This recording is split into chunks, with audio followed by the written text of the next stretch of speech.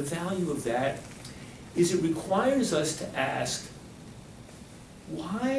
what scares us so much about that? What scares us so much about that? I mean, for most of what we know that we already live in a society of widespread drug availability, right? And we know that people who want to, mess themselves up on drugs can get them, legally or illegally. We know that. We got alcohol, with tobacco, we got pharmaceuticals, we got pretty easy access for many people to illegal drugs. We know that for people who are too poor to buy any illegal drug in some parts of this world, what do? Glue and gasoline. And is there any drug war or drug prohibition approach to dealing with the problems of glue and gasoline among the most impoverished Aboriginal or other peoples around this world? No. We know that horrific desire to destroy yourselves or numb your brain, right, cannot be solved in that way, right? We know that the vast majority of people appear not to be susceptible to major addiction problems, right? Most people have a natural survival instinct, right? That may be undermined in Aboriginal societies undergoing rapid transition, but not mostly in most other societies, right? So, there's something about that libertarian approach that makes you wonder why. I mean, if we could actually get rid of all this 500,000 people behind bars, 1.5 million people being arrested each year, the gross racial discrimination, the gangsters in Mexico, the adulterated drugs, all these things, and the risk would be making the stuff legal, more people using it. Hell, late 19th century America and Europe, the opiates were widely available, used in a much higher proportion of society back then than now, but with lower problems associated with it, right? Why? What are we so worried about?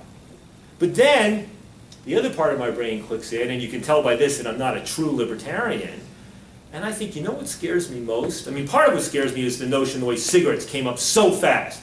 Cigarette rolling machines get invented in the late 19th century, World War I, mass marketing, people don't quite get it, and then you have a huge addicted population, mass marketing of these things. But the other thing that worries me about imagining full legalization, it's what's happening with food in America. It's that, what are probably the 3 most powerful drugs in America? Sugar, fat, salt. Sugar, fat, salt, right? David Kessler and the others writing about this stuff, sugar, fat, salt, right? This massive transition in consumption patterns in America and many parts of the world with major implications for our health collectively and individually, sugar, fat, salt. And companies, consumer good companies, food, being increasingly sophisticated, the same way the cigarette companies experimented with how to manufacture cigarettes in a way to maximize profits, the same way the food companies are experimenting with sugar, fat, salt combinations meant to design to our sense of smell and taste and sense of fullness and satiety and all this sort of stuff. And when I think about, and how unprepared we were for this in a way, right? It came on so fast, even faster in some other societies, right?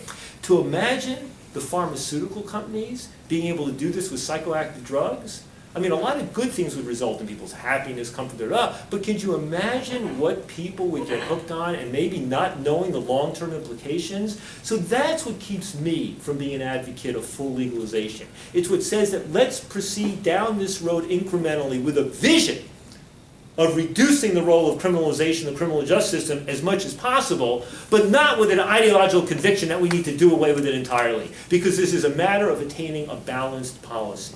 Now, the specific, what time is it, by the way? 20 to 20. Okay, I'll just talk twice as fast.